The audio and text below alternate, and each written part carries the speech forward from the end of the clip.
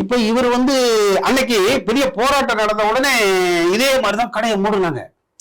ஐயா போன வருஷம் ஸ்டாலின் ஐயா ஆட்சிக்கு வந்த உடனே நான் வந்தால் மதுக்கடைகளை மூடுவேன்னு சொல்லிட்டு இதே இப்ப என்ன மே மாசம் அதே மாதிரி 2021 ஜூன் மாசம் 26ஆம் தேதி ஒரு 500 கடையை மூடுனாரு. ஒரு சில கடை மூடினாரு, 500 கடையை மூடினாரு. ஐயா எடப்பாடி 500 ஒரு 1000 கடையை மூடினாரு.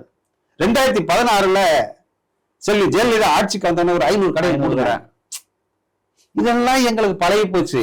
நீங்க யார வேணாலும் அவங்க தடுத்துருவாங்க. எத்தனை திட்டங்கள், பெரிய பெரிய திட்டங்கள் எல்லாமே இப்ப சென்ற ஆட்சியில ஜெயலலிதா செய்த நல்ல திட்டங்களை தடுத்துருவாங்க.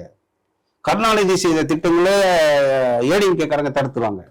ஆனா 2 பேரும் தடுக்காத ஒரு திட்டம் அப்படின்னா அது டாஸ்மாக் திட்டம் மட்டும்தான். அப்படி இருந்தாலும் அரசாங்கத்துக்கு 48,000 கோடி ரொக்கமாக கொடுத்து கொண்டு இருப்பது யாரு சொல்லுங்க?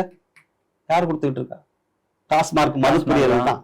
தன்னுடைய குடும்பத்தை மறந்து குடும்பமா கோட்டையா, அதாவது சென்ற ஆட்சியில இருந்தவர்கள் எல்லாம் இலவசமாக உரிமை தொகை 1000 ரூபாய் கொடுக்கணுமா, எந்த இலவசமாக இருந்தாங்க, டிவி கொடுக்கணுமா, மிக்சி கொடுக்கணுமா, எல்லாத்துக்குமே ஃபேன் கொடுக்கணுமா, இதுக்கு எல்லாமே எங்க இருந்து வருதுன்னு கேட்கும் போது அன்றைய அமைச்சர்களாக இருந்தவர்கள் நத்த விஸ்வநாதன், நம்ம வீரமணி, ராஜேந்திர பாலாஜி, ஐயா முத்துசாமி எல்லாம் என்ன சொன்னாங்க? மதுப்பிரியர்களால்தான் இன்னைக்கு இலவசம் கொடுக்க முடியுது, அரசு ஊழியர்களுக்கே சம்பளம் போட முடியுதுன்னு சொன்னாங்க. அப்பா